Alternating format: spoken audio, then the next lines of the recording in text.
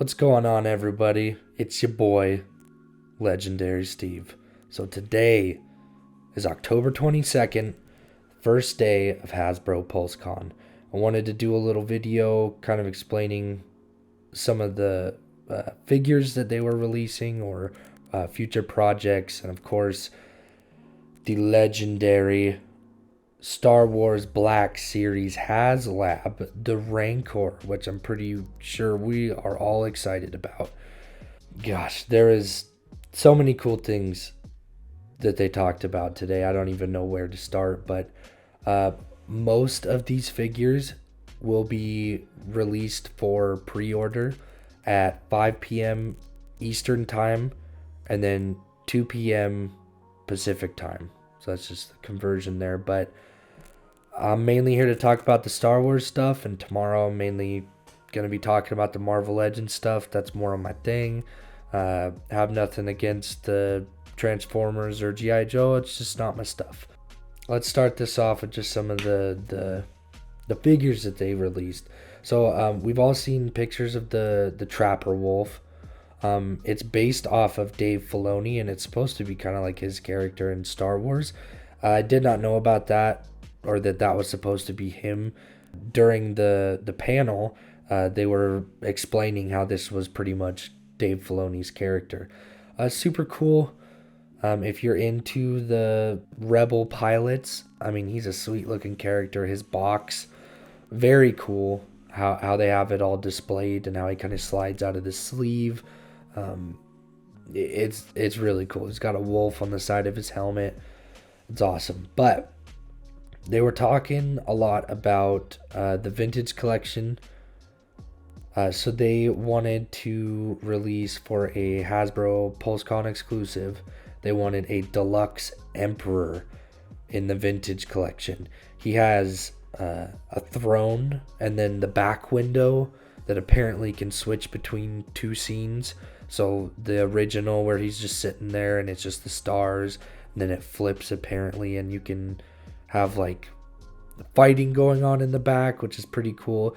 It's apparently made out of like a pretty sturdy cardboard, but something that is supposed to, they say, last, which, I mean, it's cardboard, but still cool, really cool. He comes in the 3.75 inch because he is, of course, a vintage collection exclusive. I did think he was very cool, though. He comes with a couple different heads, and some, I think they said some updated cloak, or his garb. You know what I mean? It's supposed to be an updated garb. But then they were talking about, which they had pictures of this released already, the Mos Eisley Cantina scene.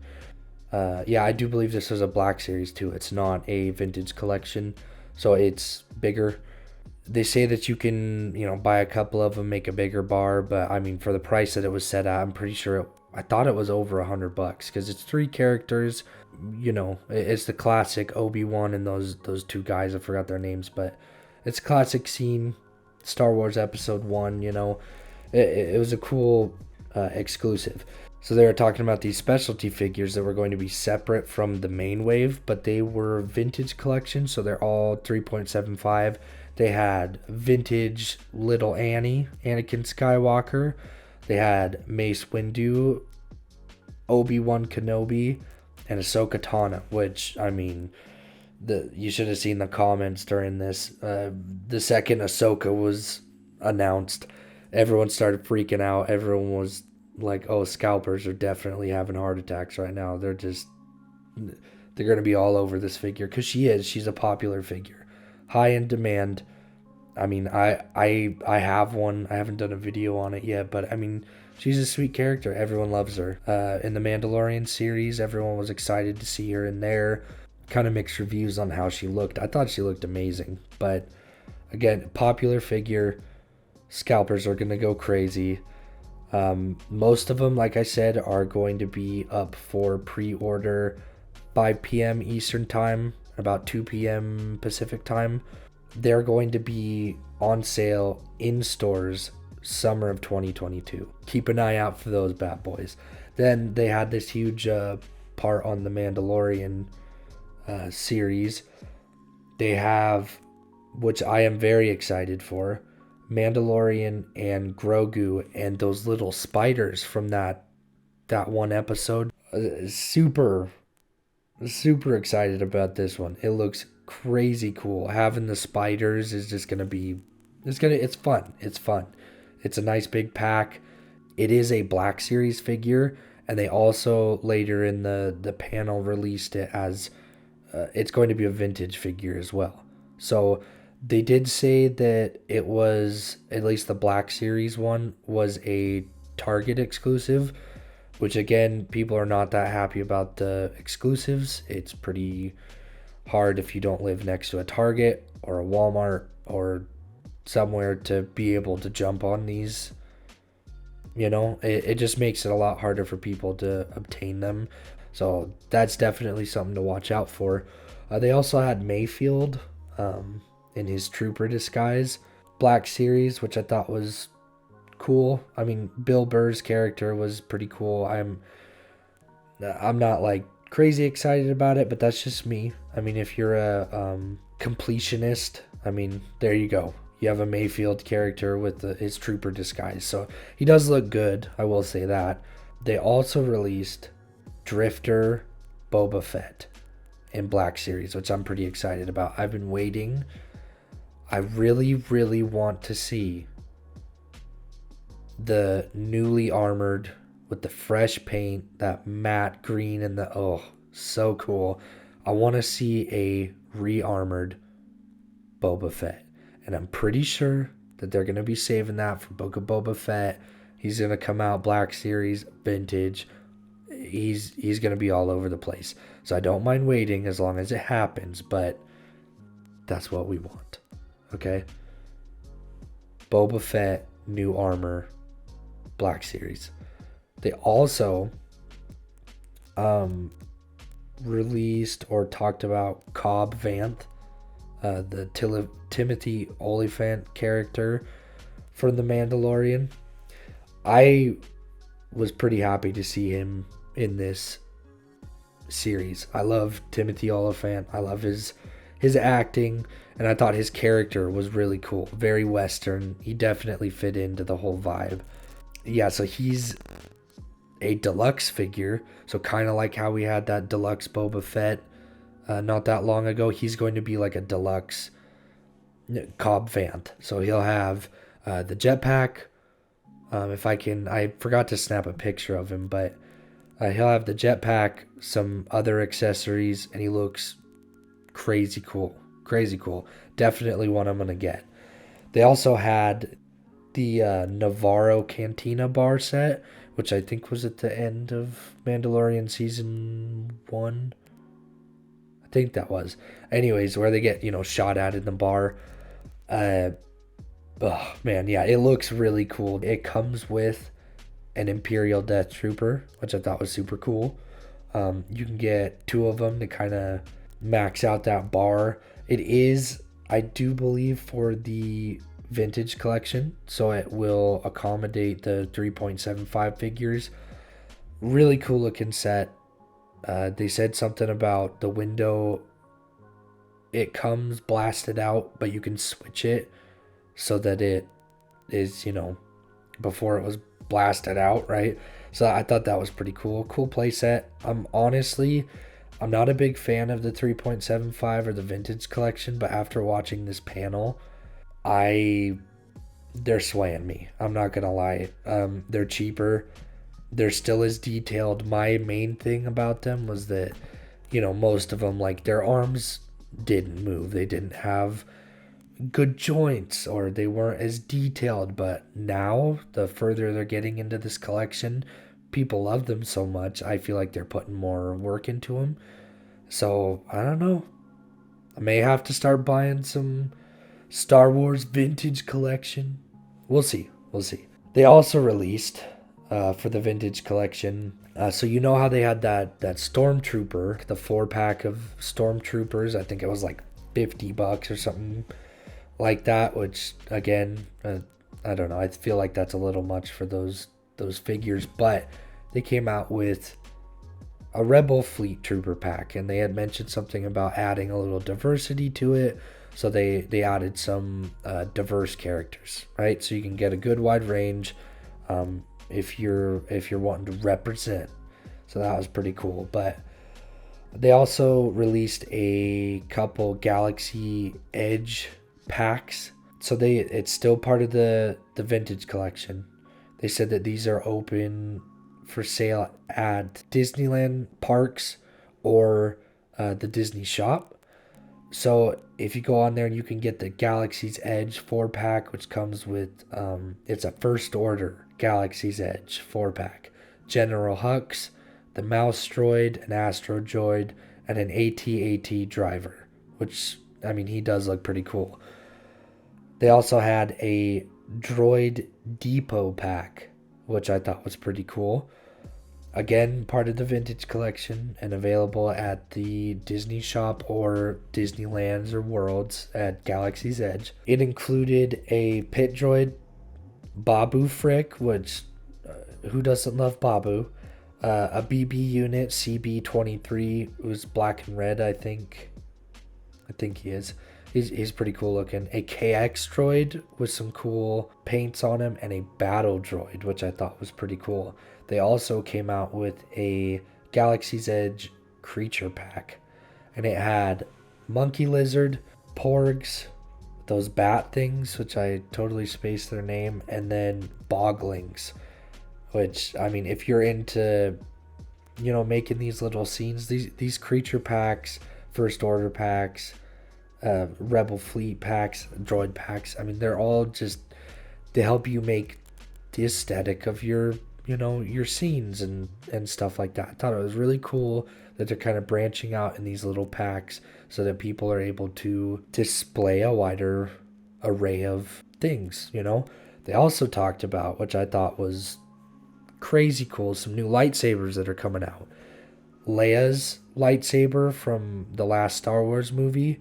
It's like a chromed, coppery, rosy, gold type of effect on the hilt. It looks really cool. It's an RFX Elite lightsaber. It's based off of the one that you see in the movie, so it does look, it's crazy cool. They added an extra top part, because the top, when you put the blade part in, thickened one of the parts. And so they said to make it more screen accurate, they added in, when you take the blade out, you can add in the screen correct top for Leia's lightsaber. Super cool. I have a couple of these Elite lightsabers. I mean, they're super fun, pretty durable. I mean, just good quality lightsabers if you're into collecting those. They also released, or they hinted in the future of doing a Force FX Elite Darth Vader lightsaber, which we've had Darth Vader lightsabers in the past, but being able to have one in this run, they seemed pretty excited about it. I mean, it's nothing to not be excited about. I mean, who's going to say no to another Darth Vader lightsaber, right? Now, I am super excited to talk about this Rancor.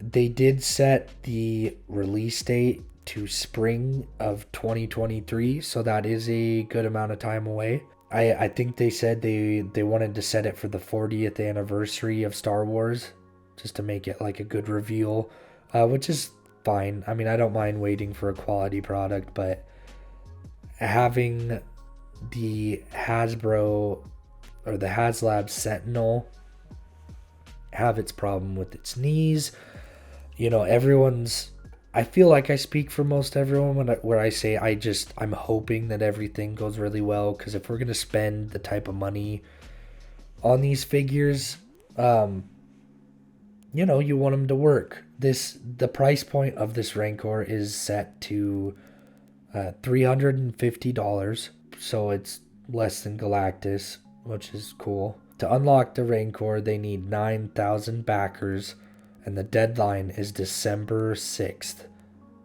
2021. So go and get in there. It's available right now, available to back right now at HasbroPulse.com, and it's under the HasLab section.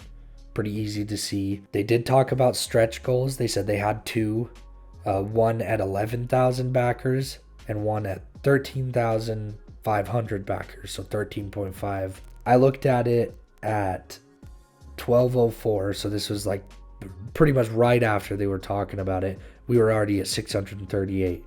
Looked at it at 1206, we're at 740 backers. So right now, I'm pretty sure we're just gonna blow this up. It's gonna be crazy. So as of right now, 1257, we're at 1,310 backers. So 9,000, completely doable. Completely doable.